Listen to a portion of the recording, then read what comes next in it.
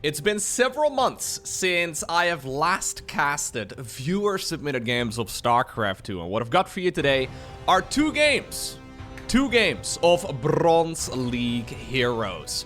We're starting off with a Zerg versus Zerg, and I've decided today that since we're gonna look at some Bronze League games, let's have the full Bronze League experience.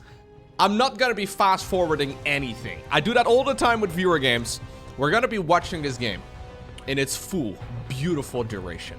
Spawning right here in the top left-hand corner in the first match of the day. Playing with the red Zerg drones, we have none other than Sasha, a Bronze League hero. Their opponent in the opposite corner, I lied actually, this is not a Bronze League hero. This is somebody who had to do his placement matches.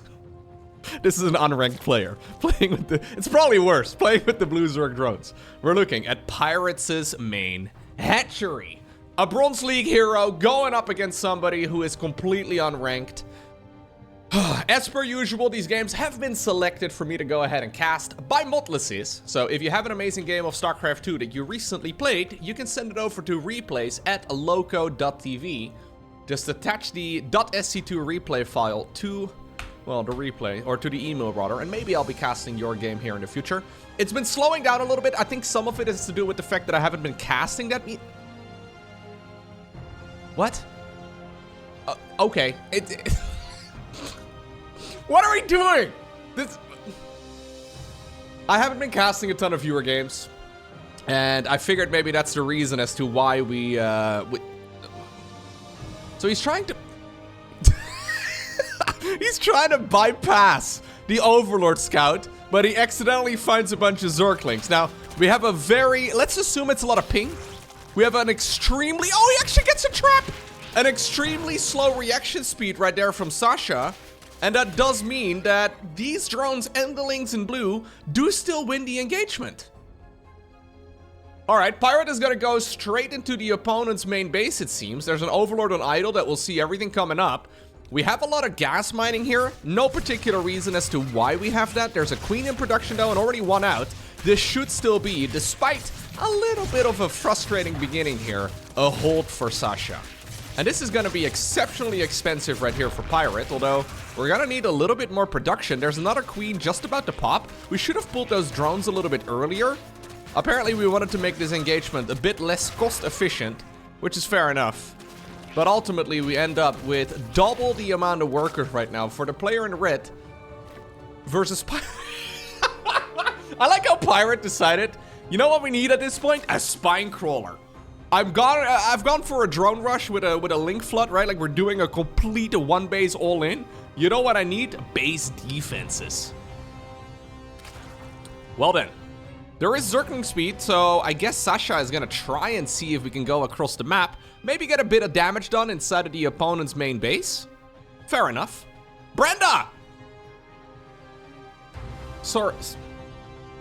Brenda has made the very long trek across the map. Somehow, some way. I was wondering why we didn't have one, but we did have one. Apparently, she was tasked with base defense initially, but then we switched it into a spine crawler instead. Now, of course, oh, you could probably actually, if we just make a round of links, we can probably win the game, but it is a little bit sketchy. Brenda, though, is gonna win us the game. Stay a while and listen. Different game, different Brenda.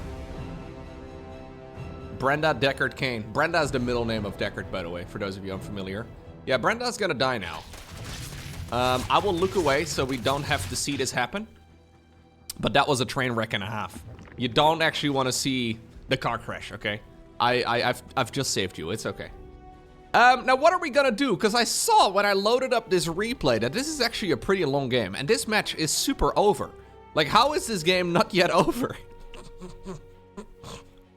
We're gonna make a lot of spine. So the Pirate, after doing a drone rush, decides, oh, okay, well that's how we can let this game go on. I see. Pirate, after doing a drone rush, has then been droning up super hard. I don't think we really need to be attacking here. It'd be so much better if we just put those drones on hold position. Instead, we decided to lose even more workers. Are we gonna let that spine crawler finish? We definitely shouldn't. Okay, we will. All right, so as the dust settles, we're 5 minutes into the game. Player in blue has 9 drones. player in red has 9 drones. This is basically like Wings of Liberty. In Wings of Liberty, we used to start with 6 workers. Maybe this is more like StarCraft 1, where you start with only like 4 workers in total. And it takes about the first 5 minutes of the game to get up to about 12. Yeah, that's where we are right now. Roach Warden coming up here for Sasha. Sasha is thinking, yo, that first Zergling attack was so good. I'm gonna go ahead and throw more Zerglings at those spine crawlers. It seems like an ambitious play. Lucky for us, by the way, Brenda has been reincarnated at home. So that's nice. She didn't need to be mummified. She didn't have to have any other... Yeah. No, Brenda, calm down. We don't have... He's got an Overlord over there. I was gonna say, I don't think we want to be going down to the low ground. Because it would be a bit dangerous, right? There's a chance that you just end up getting murdered. We're now gonna go for a 1-base lair. Okay. Sasha, in the meantime, did make a Roach Warren. We have 3 queens continuously injecting this, which is fair enough. 3 queens injecting can be nice. Especially in a long, drawn-out macro game where you no longer really need the... Yeah, keep injecting. You no longer... So these injects stack, by the way, so they go one after the other. When you are in a hectic game and you forget injecting your bases, stacking can be kind of useful. I'm not sure what the upper limit on stacking is. Usually in pro games we will not see more than like 3 or so, but this is both players with a good old 1-base. Now Sasha's actually at 97 APM. Quite good, but not nearly as nice as Pirate, who's at 69. So where do we go from here? What do we do now? We've gone... So Pirate's game plan was to rush Zerglings and drones towards the other side of the map. And then after that, we just made drones and we're going 1-base lair. Roaches are gonna head across the map here for Sasha too. Expansion has just begun here for Pirate. Keep in mind that Pirate has absolutely nothing other than 3 spines. Oh! A 1-base Spire built off of a single gas geyser. Even though that one is built, we don't actually have any income out of that second extractor. This hatchery is certainly not gonna happen. At least we have a council right here. I think that Pirate is gonna be able to produce a grand total of about 4 Mutalisks. Maybe 5. Another spine crawler is coming up. Oh my god, okay. So, Mutas are really weak. They're actually pretty terrible when it comes to fighting the opponent. And I think 3 queens will probably win the engagement. Now, normally in a regular ZVZ, you would have a lot of time at that point to maybe go after the opponent's overlords. But Sasha only has a handful of overlords and they're all at home. There are 4 Ravagers. Do we have rapid fire? Do we have the rapid fire ability unlocked? Can we kill the Ovi? What are we... We're just looking at this army. That's... Like, the army units... Oh! No, that's a miss. No, that's... Those are also misses. You need to aim at the little circle below... Like, that's the flyer indicator. That's... Okay. Okay. Well, you know what, Sasha? There you go. You may not be a basketball legend, but you were still pretty good. 5 overlords, or sorry, 5 Mutalisks are coming up. And these biles are kind of annoying, so you know what? The Mutas will actually be able to save the day here, because they are gonna force the issue here when it... Oh, no, don't get them biled! Woo! We almost lost the 5 Mutas right here to biles. That would have been a disaster, but yeah, that's gonna force the issue. And that, I guess, will just make Sasha here sacrifice whatever she's got. In the meantime, the spine crawlers are absolutely destroying everything. And Pirate will once more defend right here at home. We're gonna try and take another base, it seems. Now, do you think Sasha has made an expansion yet in the meantime? Nope. So this is just about to get into a position where both players have had ample opportunity to expand, but neither player has really done it. Pirate did it once, but at, yeah, just the wrong timing. So we're gonna get to a point here where both players are gonna run out of minerals in their main base before they're making expansions. Okay. Here go the Mutas. +1 melee is researching here for Sasha. There are 4 queens available together with a Spore Crawler against now 8 Mutalisks. There's a Roach run by as well. Slow Roaches. Sroaches is what we call those in the business. That's the professional term. Sroaches. slow roaches, are gonna go around the right side of the map. Nice targeting here by Pirate, though. You know what? Despite the fact that these players are playing absolutely atrocious strategies, the speed and the progression here is actually not terrible. Like, the APM is actually there. Back in the day, you could reach Master League pretty easily with 100 APM. Back in my day. Back when Brenda was still alive, long time ago. 100 APM is actually quite nice. This kind of strikes me as one of those games where players actually have been playing the game for quite a while, but they have never seen what actual good gameplay looks like. Right? Like, say, for example, the internet didn't exist. I used to believe back in the day that I was quite good at video games because I could beat other people in school. Right? In elementary school, I don't want to flex or anything, but I was kind of a hit. I was kind of a legend in elementary school. And then the internet, you know, kind of showed me that there's actual good players out there. And it's an entirely different story. This kind of feels like that both of the players have just been playing against a computer for the last 3 years. And they've been, you know, they've been getting better, they've been getting faster, they've been working on their game. But ultimately, their strategies are just not quite there. I mean, Pirate at the very least has initiative, right? Like, we're going for a drone rush, yes, but then we also follow it up with other strategies. There's multiple layers to it.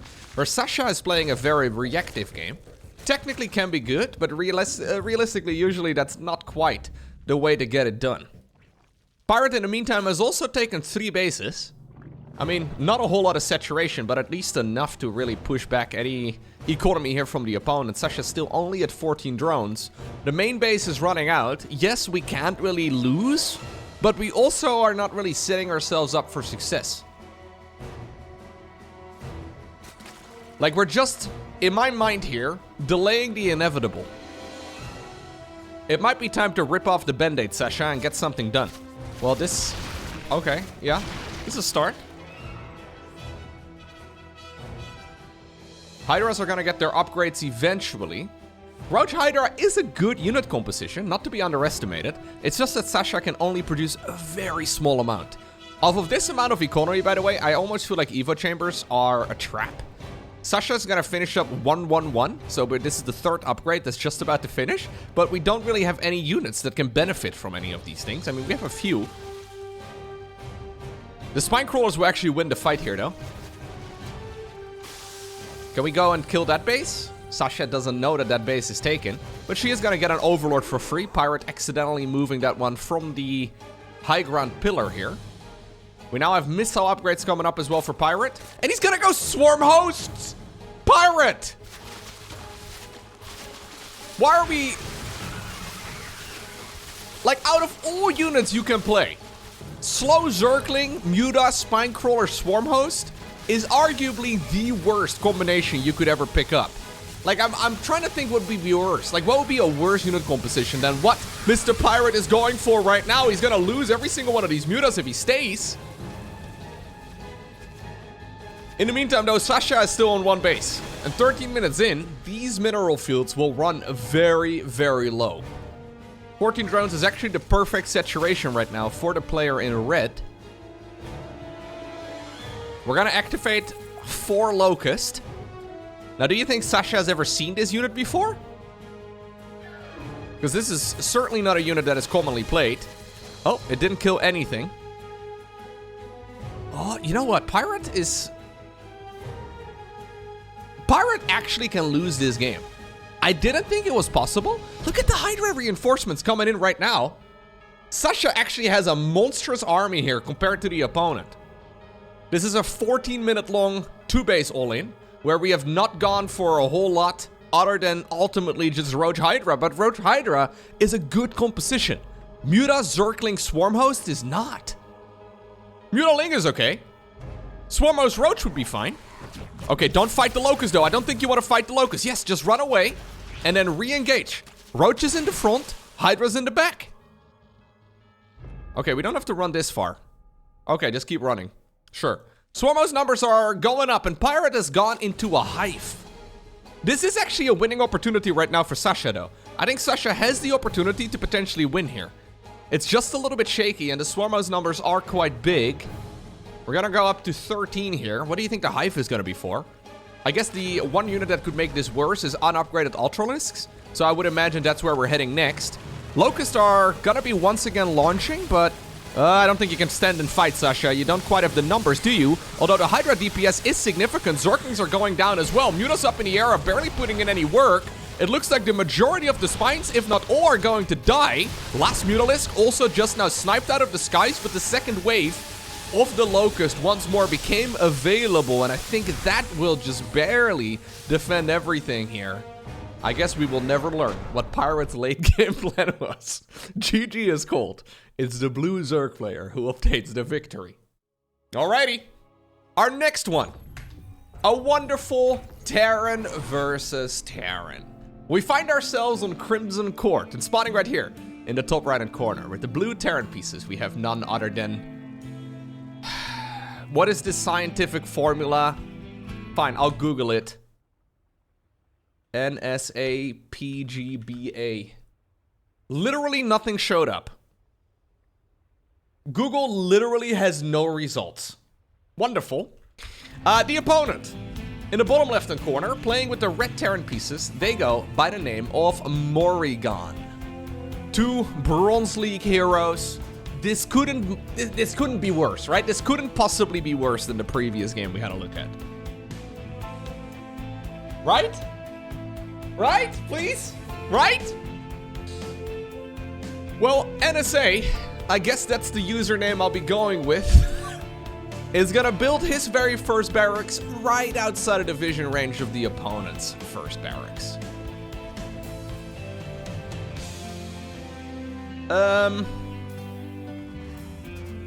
Okay. We're gonna build another one right next to it. Sure. Let's build a couple more here, I suppose, and try to get some usefulness there. NSA, we'll go with that. The National Security Agency. That's gotta be it. This is probably his secret agent name. PGBA. It's an abbreviation that we will never know the secret of. Yeah, that's very nice. All right, so we have no gas. So our secret agent, I mean, he's got a ghost portrait. Maybe it's all very obvious here. Can only ever proxy Marines, and Morrigan accidentally scouts it. There's a bunker coming up right now, too. This is the classic bunker rush. SCV's pulled away from the main mineral line right now for Morrigan, who will try his very best to shut down that worker in blue, and he will indeed achieve that. There's a second SCV, of course, though, that might be able to finish the job. Keep in mind that the secret agent will need, well, high ground vision. So he can't really easily kill anything that's up on that high ground. I don't even really think that this is going to be that great. Again, good targeting here, though. I'm actually pleasantly surprised with... Oh, we're going to counter a bunker with a bunker. I don't know if your worker production is going to be up to par, though, and the amount of stuff you can just put out here, but nice targeting. Dude, I'm actually pleasantly surprised with how strong the performance of Bronze League players is in 2024. That was legit. That was well done by Morrigan. I mean, not perfect, but yeah, I think you continue fighting this. I think you can kill that bad boy too, but fair enough. Bunker finishes. We have nothing to put in the bunker. It's a bunker for... it's a... Oh no, there's one Marine. I was gonna say, there's a bunker for SCVs, but not quite the case. He did go triple barracks on the back of this too, by the way, which I do quite like. Jimmy's rally point was suboptimal, but he got saved by Mark, who was hiding in the bunker. He's gonna show Jimmy the way, and Jimmy will sit inside of the bunker here too. Command center? This is not... Okay. Now, it is time for our Terran Bronze League check. Will there be any orbital command? I already know that Morrigan doesn't have one. I have not looked at the production tab for our player in blue. Please, no, there's no freaking orbital anywhere. No orbital command. Literally the most powerful thing Terrans can ever produce in the earlier stages of the game. For some reason, players on the lower end of the ladder are absolutely allergic to orbital commands. It is so powerful, it's so incredibly good, yet it's also something that is never really used. Now, does he see the command center? Yeah, he sees the command center. Oh, hello. Hello. Okay, we went AFK there for a little bit of a bloodbath. Is there anything left in the bunker? Yeah, two Marines and an SCV. There's no way you can break this. What do we have in the meantime at home? There is no engineering bay or anything along those lines. In the meantime, Morrigan apparently is liking the taste of the bunker. Morrigan is building a bunker on the other side of the map. This one is not gonna achieve anything, but it's for salvaging purposes, you know? When he wants to send the kids to college, he can salvage the bunker, get 75 minerals back. This is definitely a game on the American server. It's gotta be. It's gotta be. Morrigan from Oregon. We have the NSA agent right over here. The piggyback bunker. The piggyback bunker, rather. And we're gonna... we're gonna load the... Okay, we're gonna load Marines into the bunker too. I don't really know why... okay, yeah, we're just building everything now. Everything in this game comes in twos. 2 bunkers, 2 factories. I think we need to add on 1 more command center here too. Okay. Morgan is actually scouted like a legend though. Morgan once more sees this coming in from a mile away. Supply count at this point is dead even. He's actually mining. He wants the rich Vespian geyser. You know what? You know what you guys don't understand?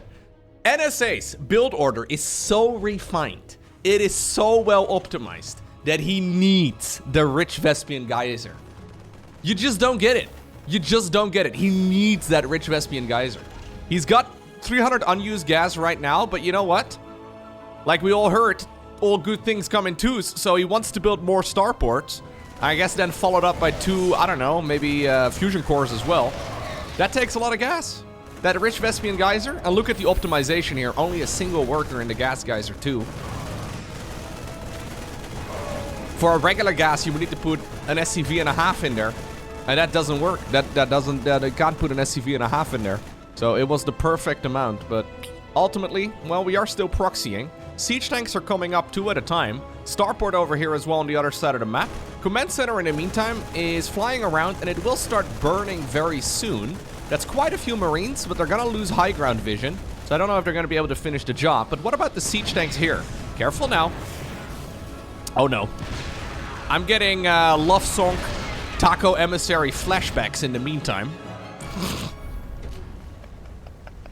If you haven't seen this glorious, legendary TVT I casted once during a viewer tournament. Picture 7 lines of siege tanks all around the map, but 0 liberators. It was essentially 2 players just stimming Marines into the opponent's player's siege tanks the entire game long. It was absolutely glorious. If I can find the URL, I'll go ahead and post a link to it down below in the description of this video. I think it's actually mandatory watching. If you like viewer games, I think that's a mandatory one you need to go ahead and check out. I'll post a link right below the like button. Hit it. Right below the like button in the comment, or the description rather, of the video. Liberators are really good though, and they certainly will allow you to force the opponent's tanks to unsiege. Problem is, Liberators are also very much so a unit that players start experimenting with when they're in like Gold League, you know? Like this is very much so Marines and siege tanks and maybe a Viking or a Medevac, maybe Marauders if you're feeling really crazy. But it's not really Liberator land. We're making more Vikings. This is something that you'll see from pro gamers all the time. The thing is, Liberators are not really useful in the campaign of StarCraft. Can you even make Liberators in Wings of Liberty, now that I'm thinking about it? I've played the campaign of Wings of Liberty like 17 times. I don't think you can make Liberators at all, because they're a Legacy of the Void unit? Maybe a Heart of the Swarm unit. Anyways, they're not in the campaign. Not in the Terran campaign, as far as I know. So... he's just been making Marines in that piggyback bunker, and now we're just murdering his economy, actually. NSA might just accidentally lose the game right here, because he's got everything proxied on the other side of the map. Like his mom told him that the world was his oyster, and the map was his main, but... maybe his mom was wrong. Couple Vikings here trying their best. So the Vikings are nice. That proxy CC, by the way, has gone all the way to the bottom of the map. We have a natural expansion too. taken by the SCV that's holding the rich Vespian geyser, or the rich Vespian gas. Couple Marines here will be able to finish the job this time around though, as one of the command centers does go down. No orbital lost, so at the very least... Oh, we have an orbital command! Oh, that's hot! Oh, I love orbital commands. Is there... No. We're queuing... We're queuing a little too much here, I'm not gonna lie. I would have much rather seen that 150 minerals that's been spent on SCVs on an orbital command instead, because it costs the exact same. Anyways, one of the command centers is flying around. This is the old natural. The one over here is the proxy base. Natural expansion, I don't think any of these mineral fields have been mined. No, these are all pristine. Look at that, 800 or 1800 and 900 minerals respectively, so a pristine base right over here. The piggy bank bunker can always be salvaged when you're in a pinch. This is like saving your pennies in a jar. If you really need it, maybe you can go out and get a McFlurry or something, I don't know. The siege tanks are actually kind of killing it though. You know what, as much as I'm making fun of the Viking situation, the Vikings are nice because siege tanks can shoot away further than they can see. And the Vikings are providing the vision here that the siege tanks need. NSA is super dead, but at the same time, there's not really much here for Morrigan to deal with the opponent's army. Main problem here is this high ground, so it's quite difficult for the player in blue to actually break this. There's a lot of action going on all over the map. APMs are once again surprisingly high. More than 100 APM in Bronze League in both games is actually legit.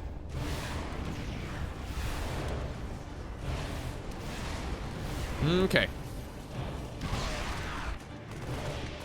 The other command center, by the way, has indeed made its way towards the top left-hand corner. Morrigan has decided to fly his own command center to where the opponent is already mining. He's accidentally gonna stumble upon one of... Like, he's trying to be sneaky, and he accidentally stumbles on the opponent trying to be sneaky. That is... Yeah, we're just taking the next one up. Alright, perfect. Credit where credit is due, though. I really do like the way that NSA is not really huddling in the back of his main base. That's a very common style that we see in StarCraft 2. All the way up until Grandmaster. Like, players kind of treat their section of the map as their section of the map, right? But NSA has got none of that. Like, he's considering his neighbor's home his home as well. NSA is basically a cat. Could be a cat, actually. APM seems, yeah, similar to that of what my cats can achieve. No, but he's treating the entire map like any place he can live, and it's a great time to be a Terran here. Okay, so where do we go from here? NSA has been behind in supply for a very long time. Oh god. Oh, unsieging the tanks to try and go after the one sieged up tank. And yeah, ambitious play. He's still within range there, so that's not gonna... Oh, what? He lost the vision. Morrigan!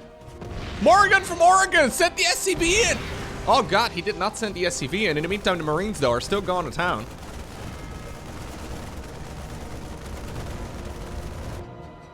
Piggy bank bunker. Probably want to salvage it by about now. Oh, the murdering SCVs are back from the early game.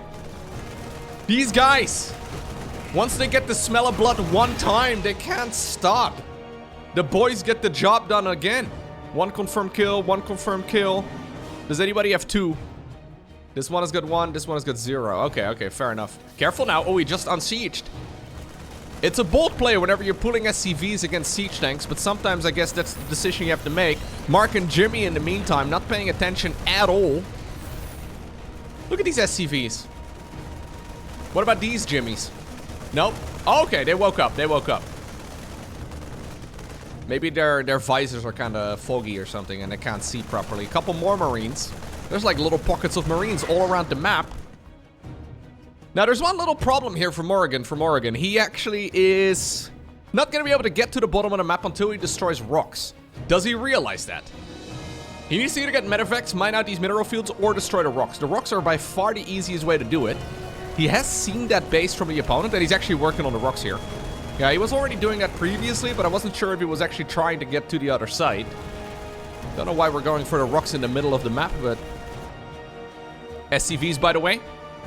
A job well done. They're gonna go all the way back home after murdering as much as possible. A couple of these structures will be burning. In the meantime, NSA here is trying his best to just continuously produce whatever. Morrigan has indeed set up another base over here, but is now supply blocked. Fair enough. We were oversaturating these bases anyways. May as well bring the SCVs to fighting and then eventually take the long road all the way towards the bottom right-hand corner. Base in the top left, completely unscouted if I'm not mistaken, although Morrigan should know that there is another base out there somewhere, because he scouted triple command center, he's only killed one. Okay, the SCV hit squad.